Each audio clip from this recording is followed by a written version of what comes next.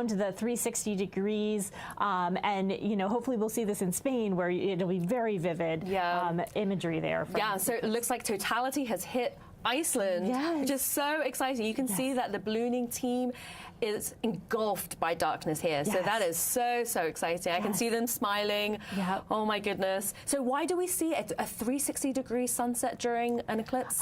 Because there is light on either side. It's just simply blocking out in that specific shadow. So it's like the sun has gone down just in that one location, but the rest of the earth is still illuminated. So you still have oh wow, that is images of the sky and the airplane. We are seeing the airplane. Wow, so we have experiments happening in the air and on the ground in Iceland, which is so exciting. Definitely. Wow. So, and then what we're seeing now is the partial eclipse happening in Norway.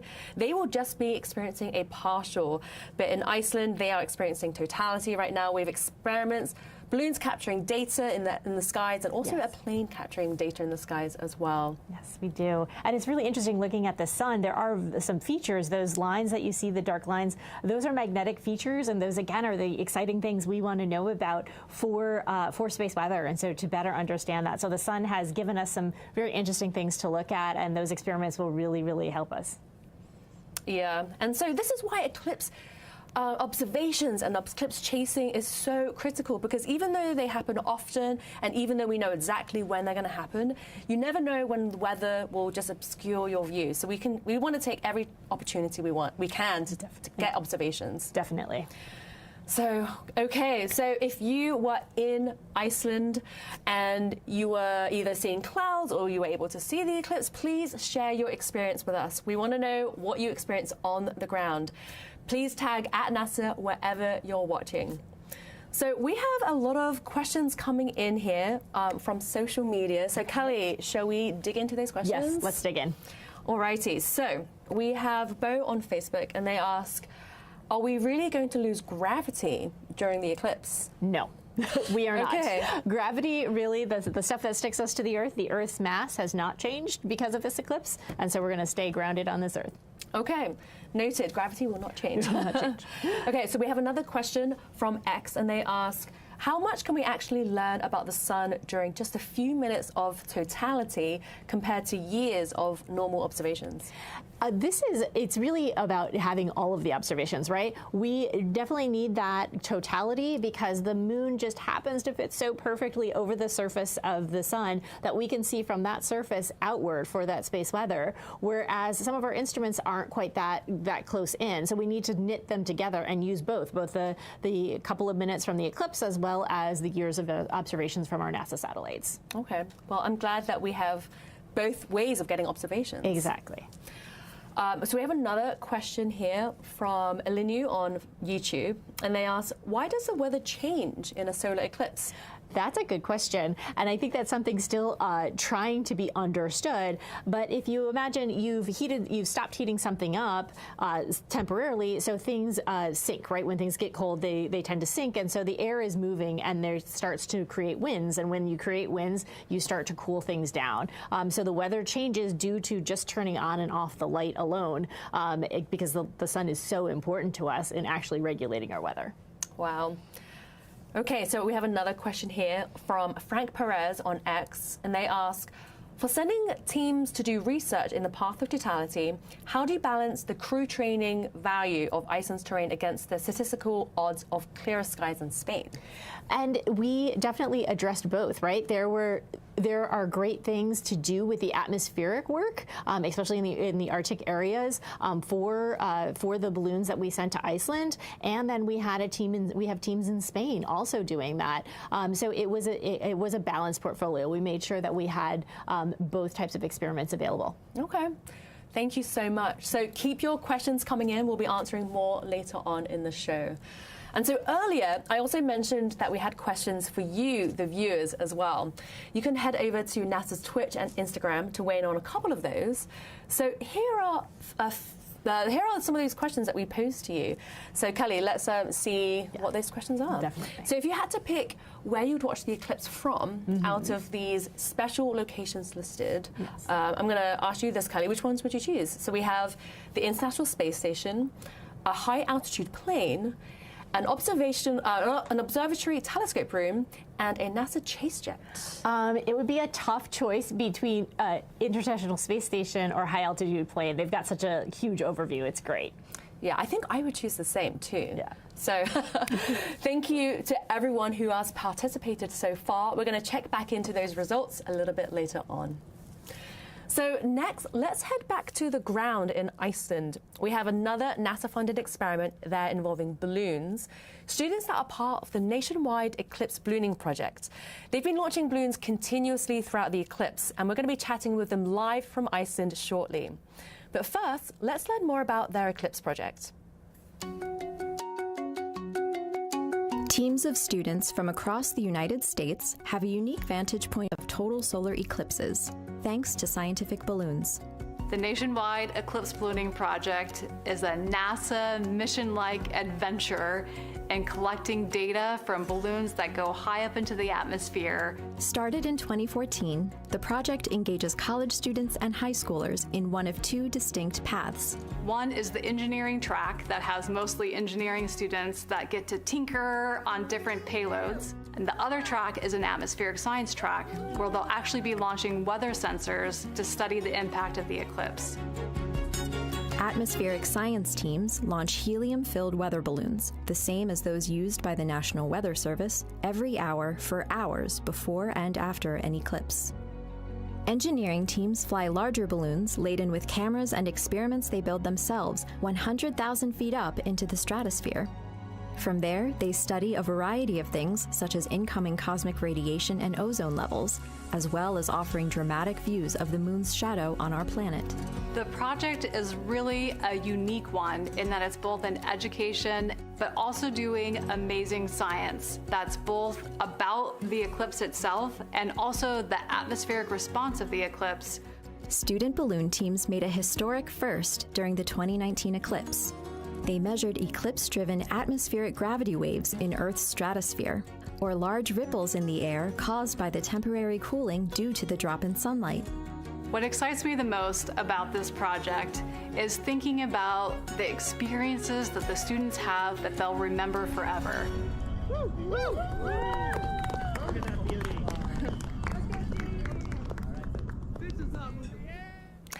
Talking to us live from Mosfellsbæ in Iceland, we have Jared and Tessa, who are part of the nationwide Eclipse ballooning project. Jared and Tessa, thank you so much for joining us. I know you just experienced the total eclipse in Iceland. How was that for you? It was awesome. I mean, it's definitely cloudy here, which is a shame, but we saw the lights dim. It was almost as if you were indoors and it was just, you were dimming the lights. It was almost instant, which is, I've never been in the path of totality before, so I've never seen anything like that. So it was really amazing. Yeah, the wind totally stopped. It was windy and then it just stopped. The birds, we had birds flying over us all day and then they just disappeared. So it was a little eerie, kind of creepy. Wow, that's amazing. I'm so glad that you could experience that, even though, you had cloudy skies.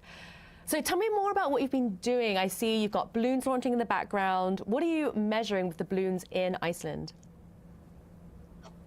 So we have some balloons that are measuring a lot of different things like temperature, pressure, humidity, wind direction, and speed. And this is supposed to gather the atmospheric changes during the eclipse. So normally during the day, air rises until it hits less dense air, and this is called the boundary layer. But during nighttime, when the sun is down, this air stops, and it's called boundary layer collapse. So that's exactly the same thing that happens during the eclipse, and we're using these radiosondes to measure the atmospheric changes, the boundary layer collapse, and then the recovery. And we're in Iceland not just because it's in the path of totality, but also its northern latitude and its shorter nights make a completely different boundary layer. So it's been a really cool opportunity to be able to study that under the eclipse, under this unique conditions. So you're both college students right now. How long have you been part of the project, and what made you want to join the project? Yeah, so we started this project at the beginning of June. So we've been working with our teams, respective teams, Tessa at the University of Kentucky, and then my team made up of students from across Idaho. And we've been meeting once a week, doing balloon launches, preparing, and really what got me into it was my ballooning club that we have at the University of Idaho, and we all just, we love the science, we love the teamwork, the team building, and so it's been a lot of fun. That's great. And so do you have any tips for students who are thinking about joining? Yeah, so my biggest tip would be to get involved. That was how I learned about this project, was through my club. The professor came to us and was like, hey, there's this really cool opportunity, and so you guys should put an application in. And then also just, if you have internship opportunities and you see those, just put an application in. You never know what opportunity you could get. And then also, I would say, if you have a class that you're really interested in, just talk to the professor, see if they need any help on the research, because it really gives you a good opportunity to apply your classroom knowledge to real life scenarios, which you don't usually get in the classroom. And you also never know what opportunities will arise, like going outside the country for the first time, like I'm doing right now. So, yeah. Oh, wow, that's amazing. Well, best of luck. I know you're launching continuously after the eclipse as well. So thank you so much for joining me, Tessa and Jared. All right, thank you. So the nationwide Eclipse ballooning project are also launching balloons in Spain as well as Iceland, and I can't wait to see their observations. So if we head back to the map, the moon's shadow is heading towards Spain right now, and we're roughly half an hour away from Totality in León, Spain. For this eclipse, the moon's shadow is roughly 182 miles wide at its maximum width, and it's traveling at over 2,000 miles per hour. And so here we're seeing eclipse views as well in the bottom corner in León, Spain. And you can see the little bite that the moon has taken out of the sun. And we can't wait to see Totality there. It looks like they have clear skies, which is awesome. And so if you are watching the solar eclipse from the ground, remember to wear safe solar viewing glasses or eclipse glasses, like these ones here. The only time you can take them off is during Totality, when you're experiencing it. If you're watching the partial eclipse in the United States, you can wear eclipse glasses the entire time. If you want to learn more about eclipse safety, head to science.nasa.gov/eclipses. So total solar eclipses give us a chance to study the sun's corona in greater detail, which helps us learn about how it behaves and affects us here on Earth. The sun is highly dynamic and creates conditions in space called space weather that can affect our technology, from GPS systems and communication satellites and airplanes and even our power grids on the ground. But in order to better understand it, we have a suite of spacecraft that are monitoring the sun from different vantage points around the clock. So let's learn more about NASA's space weather program.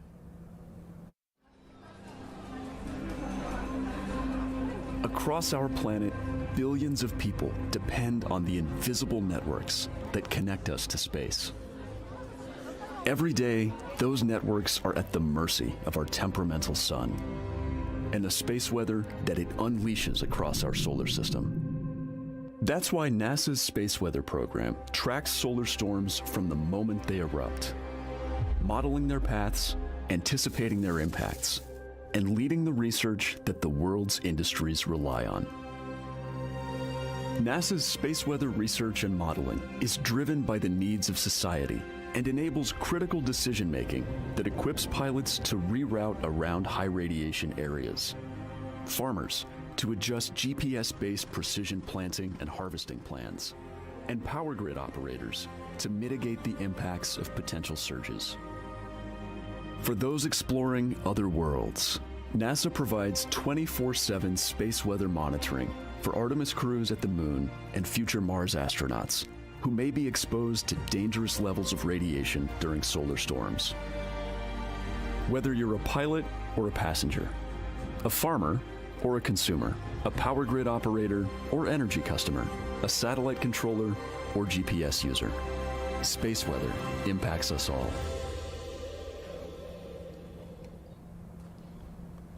If you're just joining us, welcome to NASA's live coverage of today's total solar eclipse. we're roughly about 25 minutes away from hopefully seeing the first instance of totality in Spain. So stay tuned for that exciting moment. And so joining me in the studio now is one of NASA's space weather analysts, Karina Alden. Karina, thank you so much for joining me. Thanks for having me. So your role involves monitoring the sun in real time. Can you talk a little bit about what you do? Yes, of course. So what we do is we basically observe, model, analyze, and then we document it. And so what we're observing is usually those coronal mass ejections, or as I lovingly like to call them, sun burps. And we're measuring those, seeing where they go, and then we're modeling them to see what NASA missions or possible planets they impact. And then from there, we're documenting it and notifying NASA missions about potential impacts. And so we just learned a little bit about NASA's space weather program. How does monitoring space weather affect the everyday person?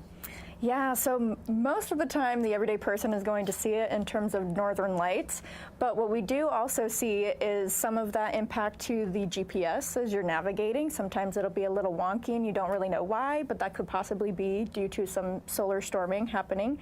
And then we may also see some impacts to agricultural folks who are using tractor precision farming. And so back in 2024, we saw these huge solar storms. Can you tell us how that storm affected Earth and if we had to mitigate any of those effects? Yes, so along with NOAA's Space Weather Prediction Center, we did have to do some mitigation, but honestly, my favorite part was seeing the northern lights. And so 2024 is when I first got to see the northern lights. I saw them in August, and then you're seeing a picture that I took on my phone where we saw them here in Maryland, which was absolutely incredible. And you can see a picture of the team that I work with, the Moon to Mars Space Weather Analysis Office, along with some of the Heliocomms folks, where we got to see it down here in Maryland, which is absolutely incredible. Amazing. And so I know that you're also part of the team that monitored space weather 24/7 during the Artemis II mission when we flew astronauts around the moon. What was that experience like? Surreal. I mean, it's very odd to be staring safely at the sun via satellite imagery, but not see it in person for an extended period of time, because I was working the overnights, but it was incredible, and I loved seeing the solar eclipse from space. I think if I were to do it, I'd want to be one of those astronauts. Absolutely. Well, thank you so much for joining us, Karina. Thank you. So next, let's hear from NASA Administrator Jared Isaacman and Head of NASA Science, Nikki Fox. My colleague Jasmine Hopkins caught up with them a few days ago to talk about why this celestial event is so important and what the 2026 eclipse can teach us about the sun. Today, I'm thrilled to talk all things eclipse with NASA Administrator Jared Isaacman, who's leading our vision behind science and why eclipses are so important, and Dr. Nikki Fox from our Science Mission Directorate, who will tell us what exactly is going on with the sun during an eclipse. Are you guys ready to talk? Absolutely. Okay, fantastic. Our opening question is for both of you. Just a couple months ago, we wrapped up the historic Artemis II mission, and now we're on the cusp of a total solar eclipse. Can you describe in one word how you're feeling right now? Excited? He took my word. Okay. Excited is the right word, because when you saw that total solar eclipse from Artemis II, it was so spectacular and nobody was ready for it, even people who see total solar eclipses all the time. And so when you saw that, it just brought the beauty of space and the beauty of the science we do into such clarity. I think NASA is one of the only places where we can see a solar eclipse from down here on Earth and then from the other side of the moon. We study the sun all the time. It's one of our main things that we study in NASA science. We look at it in all different wavelengths. We look at it from all different vantage points to be able to predict when these really large radiation storms are going to come towards our planet, because we want to make sure our astronauts are safe. The eclipse just gives us even more opportunity to study that sun just a little bit more, to really make those big breakthroughs to keep our astronauts safe. All right, next is for both of you. If you could witness a solar eclipse from anywhere on Earth, where would you choose? Anywhere that doesn't have clouds. Having been clouded out for the last eclipse, I will say I will go anywhere that there's no clouds. Look, Iceland is very cool in Spain, a lot of the observation locations for this one, but in Egypt, in the Valley of the Kings, is going to be an amazing backdrop. And that is going to be the longest total solar eclipse of the 21st century. It is over 6 minutes. to stand in somewhere ancient is particularly moving. What's the one thing you want people to walk away understanding about why studying eclipses matters? I think these kind of magical events, I would very much describe that eclipse as a magical event. Maybe creates a spark in who knows how many people around the world to look up, imagine what's possible, and then grow up and start contributing in this great adventure that we're on. Remember that Einstein confirmed his theory of relativity using an eclipse. Eclipses are very powerful. You see stars, you see constellations, you see planets that you don't normally see. It kind of reminds you of our place in the universe. Why do we still care so much about the sun? Is there anything new we can learn about it? There's always new stuff to learn about the sun. It is our star, but it's the only star we know right now that has the responsibility for maintaining life on a planet. And as we sort of continue to try and answer the question of, are we alone in the universe? Understanding our relationship with our sun is so important, and eclipses give us that opportunity to do that. It is honestly the only time that we can really observe some of the phenomena, particularly down low in the chromosphere, really looking at how the corona turns into the solar wind. It bathes all of the planets, but we live in the atmosphere of the sun. So when you get these big events, they can cause havoc for technology here, and of course, our prime thing, keeping our astronauts safe in space. So understanding our sun is more critical today than ever. Thank you both so much for being here today. Really appreciate it. Thank you. Thank you to our NASA Administrator, Jared Isaacman, and Head of NASA Science, Nikki Fox. Let's head back to Ernie right now, who is going to dive into our eclipse maps and where the eclipse is heading next. Thanks, Joy. It's so exciting for me to watch this eclipse progress. I mean, we can predict these, but you really can't anticipate how you feel about them until you see them. So I'm standing in front of the eclipse map, and just to recap, this red stripe is the path of totality. Those are all the locations that can experience totality. You're seeing the partial shadow emerge from northern Siberia. It has already crossed Alaska. It's over Canada and the northern United States right now. And that little oval is the umbra where totality is actually taking place. It has just passed by Iceland, and although it was cloudy there, people got to experience the secondary effects of an eclipse where you get the darkening and the brightness along the horizon. And it will very soon be over northern Spain, where we expect more than 15 million people will be watching the eclipse. Toward the end of it, partial eclipse in Western Africa. So this is a close-up view. Reykjavik is here. They unfortunately had clouds, but the WB-57 was flying just above that. And they were there because that's kind of the spot that if you're on the center line, you get the longest eclipse of 2 minutes, 18 seconds today. And we're just a few minutes away from seeing totality pass over Spain less than an hour before sunset. That should produce some really beautiful photographs, especially for folks on the beach watching this over the mountains to the west. This is an unusual eclipse. It's kind of weird. And one reason for that is where the total eclipse starts. This is the Timir Peninsula in northern Siberia. And because they're so far north, that eclipse starts at midnight. They are well above the Arctic Circle, so the sun is up 24 hours a day.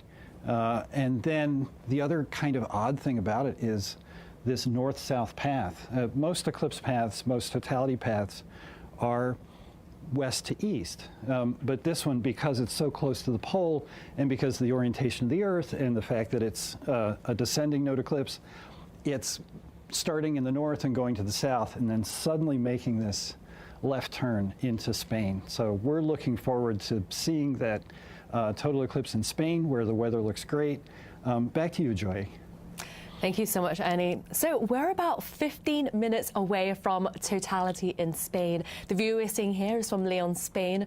And I want to say thank you again to our partners, Time and Date, Southern Illinois University, and Exploratorium for providing these stunning telescope views of the solar eclipse. This is really, really exciting. They have 15 minutes left until the sun is completely obscured. Luckily, Earth is not the only place you can experience a total solar eclipse. Our astronauts on the International Space Station have witnessed several solar eclipses from this very unique vantage point. So let's learn more from my colleague Abby Unterante, who caught up with the astronauts on the space station a few days ago. Hi, Jessica and Anil. It is so great to talk with you. From the International Space Station, you see Earth and the solar system from a unique perspective every single day. Thank you so much for joining this long-distance call to talk about this moment. We're so happy to share this with you. We study the sun and its influence on Earth and throughout the solar system through a field called heliophysics. What is the benefit of studying the sun from up there in low Earth orbit? One of the big things is that there is a lot of particles that are around Earth, and those particles can be affected by coronal mass ejections, and those ejections can energize the particles and affect things that are in space. And the things that we care about in space are satellites, and those satellites give us communication, they give us internet, and so there's even a future where we have data centers in space, and we're using the sun's energy to power things like artificial intelligence and things like that. And so we need to understand how that's going to be affected by the sun. If you could pick anyone, who would you want to watch an eclipse with? And would you rather watch it from Earth or from space? This one for me just reminds me of one of my mentors from graduate school, Jerry Koyman, and he and his wife, they are eclipse chasers. So I think if I could share it with one very special person, somebody that played such a role in inspiring me and helping fuel my scientific curiosity and helping me be a successful scientist, it would be to watch that with Jerry, and it would be to watch it from up here, because I know he has never seen one from the International Space Station. I was going to say something similar. I would love to watch it with my kids because it was such a unique experience for me. When it happened, the animals, the birds got quiet, it got dark, it almost felt cooler, and I think they would really love it. Anil, I know you just arrived. Is there anything that you've seen out of the cupola or the wharf that surprised you since you've arrived? Here's the most surprising thing. On the launch, you have a chance to look out of the window of the spacecraft as it's docking with space station.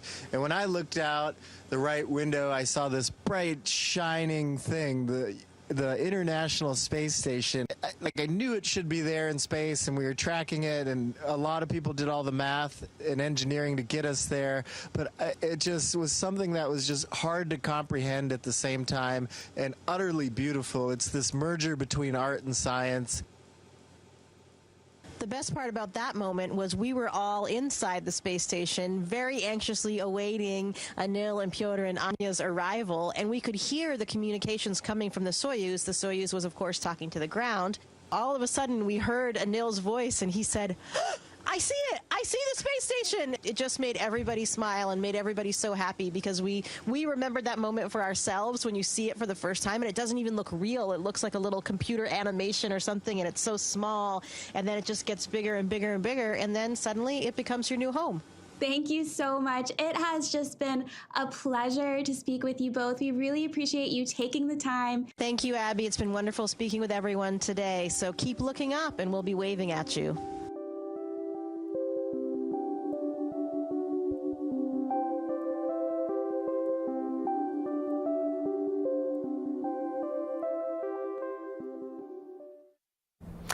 So at last report from Mission Control, Jessica, Anil, and the rest of the crew had their eclipse glasses on standby, just in case the space station path brought them any unexpected views. So we'll keep an eye out and see if they saw anything. But we did just get something new come in. So a short while ago in Hodgdon, Maine, in the US, one of our NASA photographers actually caught the International Space Station flying across the sun during the partial eclipse. Let's take an exclusive look at that image. Wow, that is an incredible shot. So this was taken by Joel Kowski with NASA headquarters. So in the middle, you can see a tiny little speck, and that's the space station that flew right in front of the partial eclipse at 1:14 p.m. Eastern Time. You can see it along the middle here, and there are some cloud coverage. You can see the clouds kind of going in front as well, but this is a really, really beautiful shot. The space station was traveling at about 5 miles per second here, so our NASA photographer, Joel, would have had about half a second to capture this exact moment. In Joel's photographs, you can also see like the slither of the moon at the top corner as well, and the moon was covering roughly 20% of the sun. Although Joel is a very experienced photographer, anyone can take photographs of a solar eclipse. So next, let's hear a few tips on how to photograph one.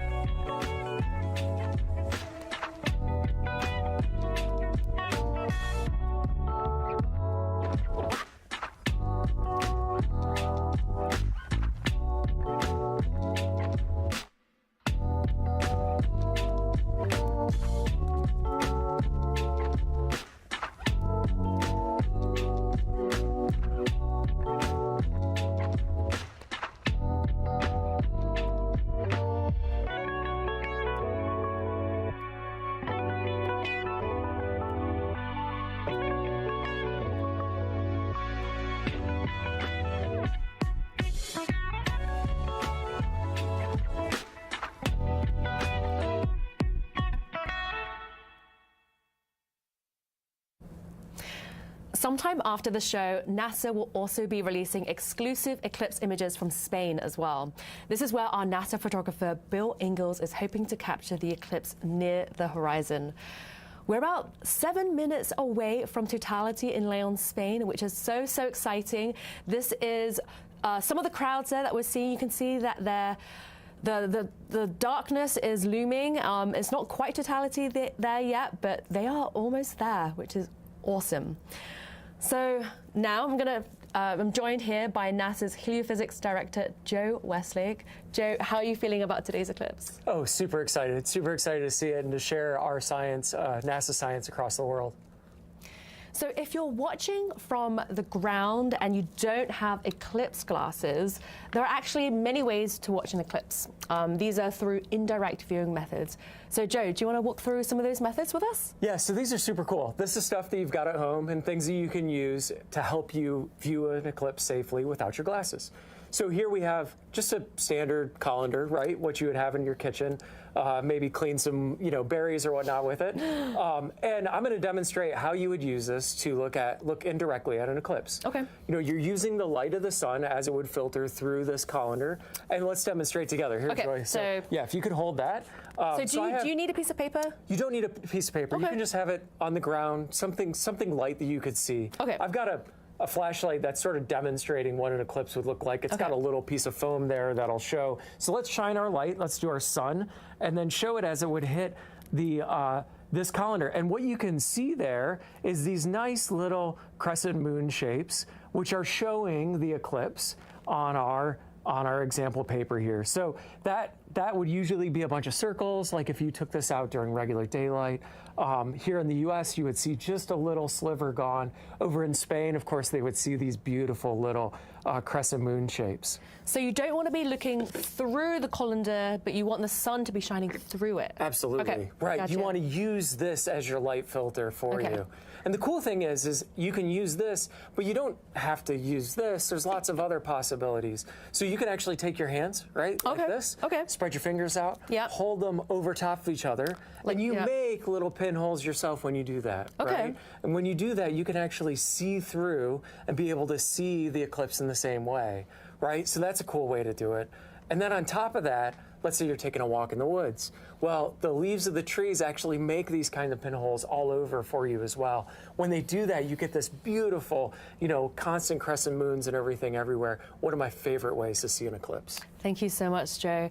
And so today's eclipse, August 12th, also lands on another special day. So on this day in 2018, NASA's Parker Solar Probe launched into space to study the sun's corona up close.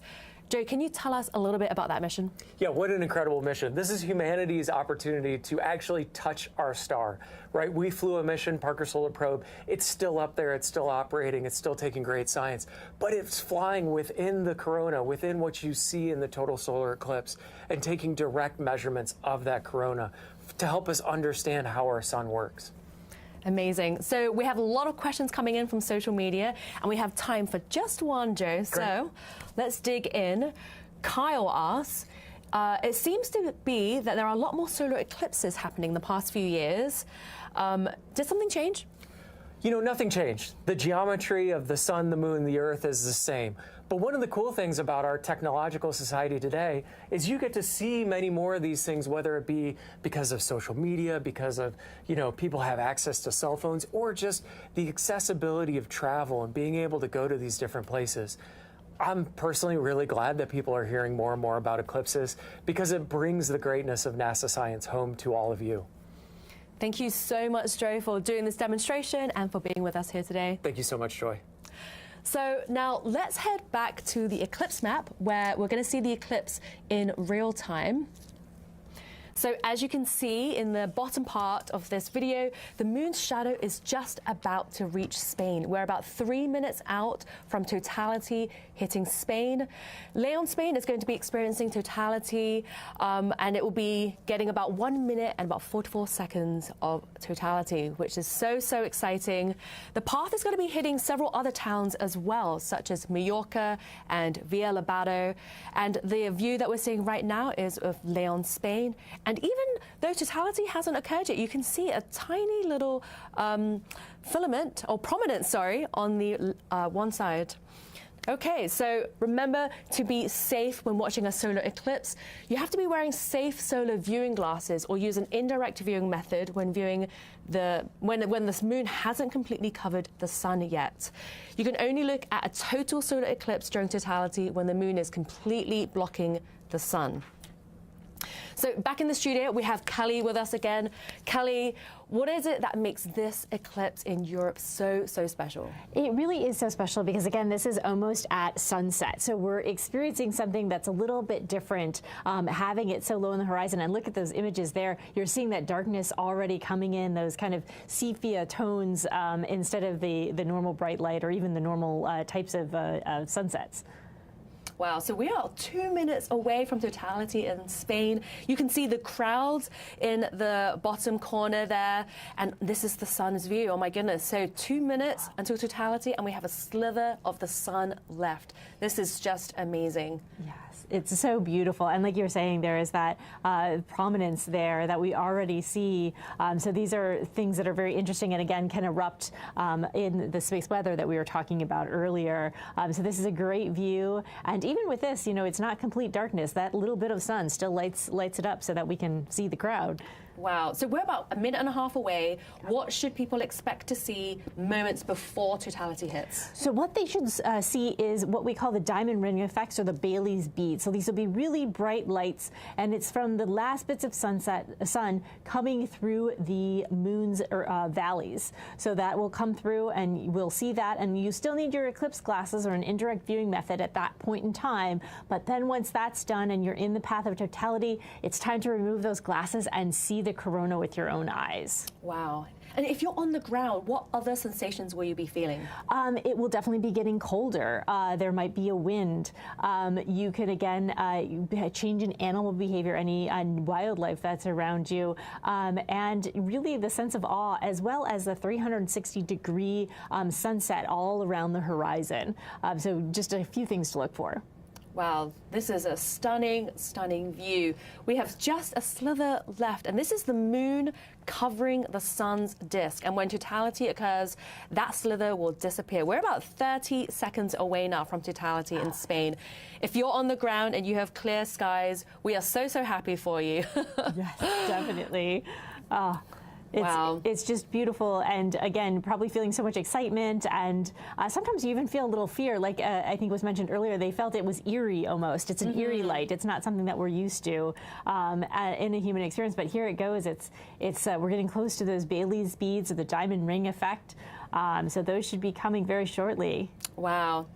All right, totality is almost there. The slither is about to disappear. Oh, okay. The little diamond ring. Wow. Yeah. All right. Totality has hit Spain. Yes. Oh my goodness. Lovely view. What is the red mark that we're seeing on the image right now of the sun? So the red mark is that filament. So it's a bunch of very hot material that has been hanging above the sun and just kind of hanging out there based on the magnetic fields of the sun that keeps it kind of in a little magnetic cage. Oh, look at that. That's a really nice view of the corona. You're seeing things that look like streaks coming out of this, and those are streamers. So that's the basis of the solar wind that we are bathed in constantly. The sun is constantly outflowing material, and so that's that constant stream, and then you see the what could become a big chunk at some point in time in the pink filaments that you see there. Wow. So we see that coming off of the sun. So this is the atmosphere of the sun's corona.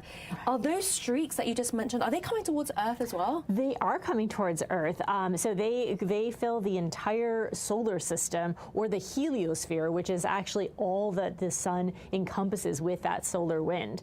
So it's the entire solar system, so it definitely hits us here on Earth. Wow. And this is absolutely beautiful. Again, you're seeing a prominence also on both sides, really, and maybe even one up on the other corner. Oh, wow, yeah. So there's lots of, even though the sun is supposed to be towards a minimum of activity, which meaning you should see less of this, we're seeing more of it. And this is one of the important reasons why to keep studying these eclipses, is to see what is actually happening on our sun. When we think we know what's going on, it seems to change it up a little.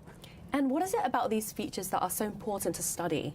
It's important to study what they're made out of. Oh, and now we're back to the diamond ring. So we're coming back out of it already. It was always, wow. Yes, it happens so quickly. And once you see one, you definitely want to go back and see some more. Wow. So totality has ended. Yes. In Miralo, Spain. Wow. So you're telling me that we also see the diamond ring and Bailey's beads at the end of the eclipse as well? Yes, exactly. Wow. Well, you're going into or out of the eclipses. Okay, so this is a view from Valora La Buena in Spain as well. They are seeing an eclipse right now. Eclipses happening in Spain are about a minute apart from one another in these telescope views. So they're seeing totality. So the red mark that we're seeing right now, is that another prominence? Yes, those are prominences, that material that is suspended above the sun that's very, very hot. Again, it's interesting to us to know what they're made out of. There's normally filters, like here and on the airplanes as well, to tell us about whether that's some iron or whether that's carbon or oxygen or what exactly is those pink filaments made of. And you can see the moon is moving away from the sun right now. What is it that we're watching? Yeah, Bailey's beads, and so these are the beads, and so now we're actually going out of totality again. So wow, what a brief moment of totality. Yeah. This is just amazing. They have had clear skies, and this is exactly what you want for a total solar eclipse. Yeah. Wow. This is Mallorca in Spain. Yes. Oh my goodness, this is stunning. Wow, God. Look at that corona. Why is it so much clearer? Why is the corona so much clearer during a total eclipse? Yes, yeah. So it's so much clearer because you're taking away all the bright light from the face of the sun. The sun is very, very bright. So it's basically 1,000,000 times different. And when you blot out that middle, you can see all the beautiful things that are going on behind it. And so, yeah, so this is the beautiful crescent moon that you're seeing. I think previously we were seeing those strikes of light. That's also closer to sunset there as you go more south in Spain. And already the light's returning, and they seem to be very excited in the crowd there. Yeah. It's such a great feeling to experience those eclipses, even though they were so short. Wow. And experiencing a total solar eclipse. That is completely different to a partial eclipse. It really is. And it took me, even as a whole heliophysicist, it took me a while for them to convince me that I should do it. And once I saw my first in 2017, I've seen multiple since, because it is a full body experience. It is very different than seeing just one bite out of the moon. The whole body experience and just the joy and awe and kind of your place in the world is so important to experience. Absolutely. I'm for sure now an eclipse chaser. Well, that was an incredible solar eclipse. What a view. I am thrilled that their skies were completely clear, which means that we could see the sun's corona so clearly. And we could even see multiple prominences as well from the sun, which is a beautiful sight during an eclipse. Yeah. So in a few minutes, we're going to be speaking with a NASA astronaut live from where they saw a total eclipse. But first, let's go back to the poll that we posed to you earlier on in the show. So, Kelly, I know that you had answered some of those questions as well. Yes. So let's take a look at what our viewers thought about those questions.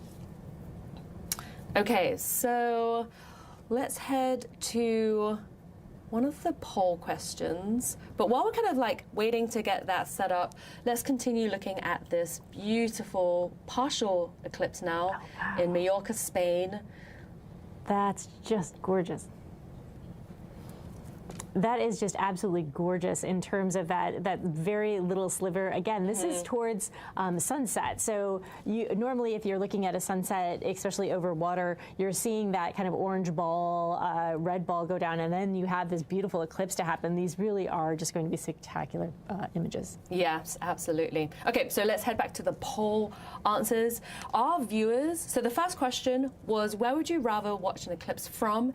You said the International Space Station, and our viewers would agree. Yes, it'll be a party on the International Space Station. I also wanted to be there too, so we're all going to be up there. The second question on the poll for everyone watching was, what would be your ideal eclipse watching soundtrack? And the options were cosmic lo-fi beats, dramatic space opera music, chill acoustic sky watching vibes, or just the sounds of nature and the crowds. And the winner was cosmic lo-fi beats. Oh, all right. Yeah, that's a good soundtrack. I can see that. Yeah. I voted for opera music, but yeah, and I might be a little bit more sounds of nature, but you know, that's just me. Okay. Well, anyway, thank you so much. So, although totality is over, the partial eclipse will still be visible for the next hour or so. Remember to stay safe while watching the rest of the partial eclipse by wearing eclipse glasses or by using an indirect viewing method. And so if you want to learn more about eclipse safety, go to science.nasa.gov/eclipses. Okay, so next we have a very special guest calling into the show live. NASA astronaut Don Pettit just witnessed the total solar eclipse from Alcañiz, Spain.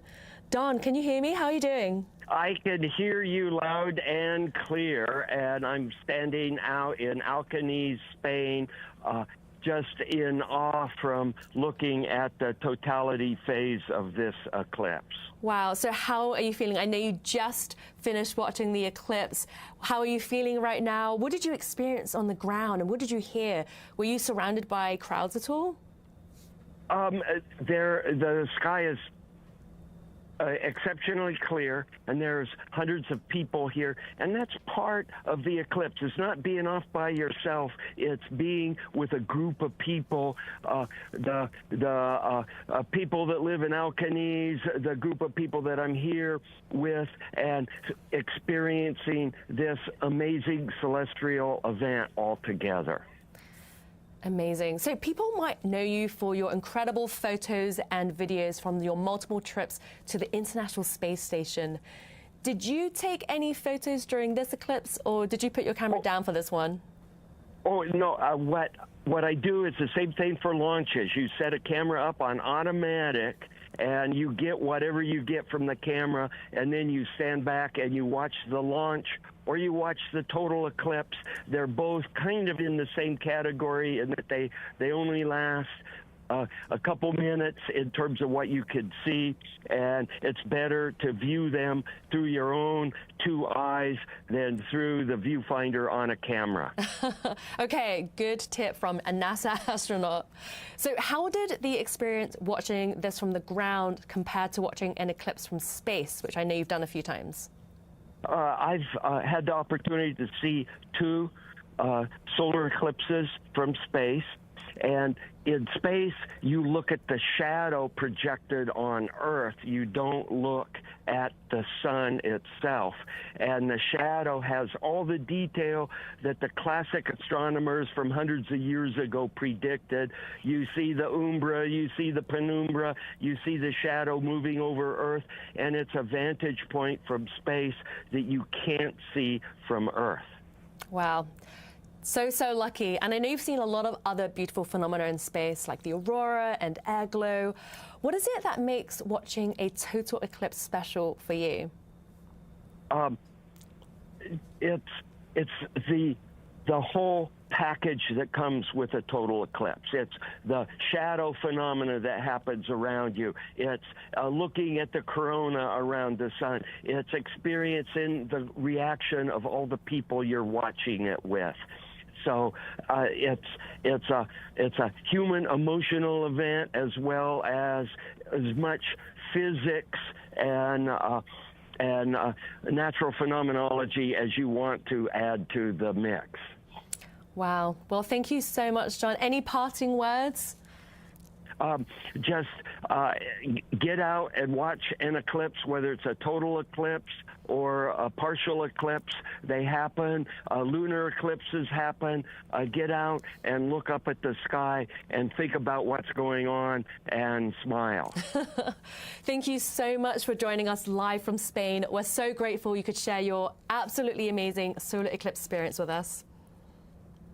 You all take care. Wow, Kelly, it's amazing to hear someone as passionate and knowledgeable as Don.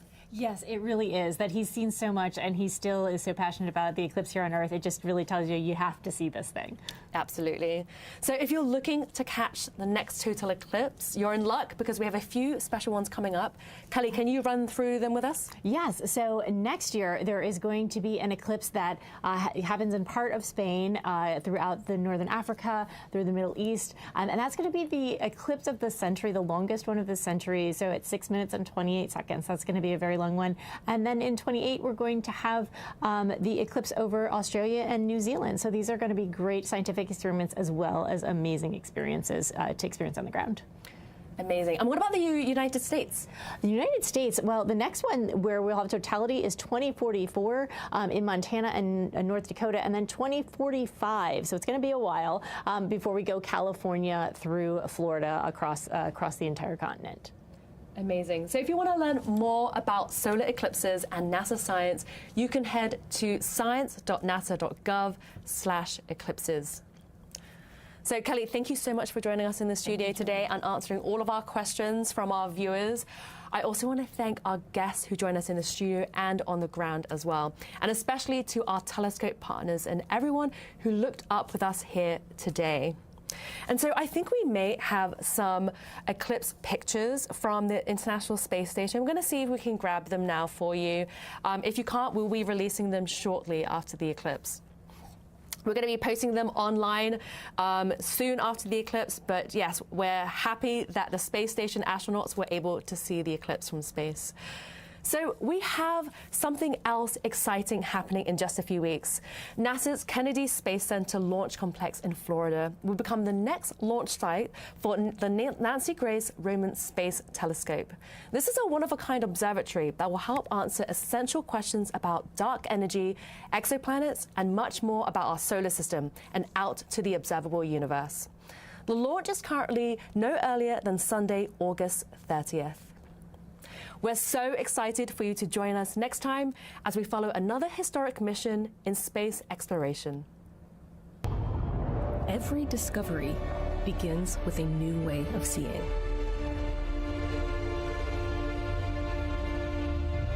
NASA's Nancy Grace Roman Space Telescope will reveal the universe on an unprecedented scale. With its powerful, wide-eyed view, Roman will map vast regions of the cosmos, seek the hidden influence of dark matter, and uncover the mysterious force driving the universe's expansion. With a wider view comes a deeper understanding.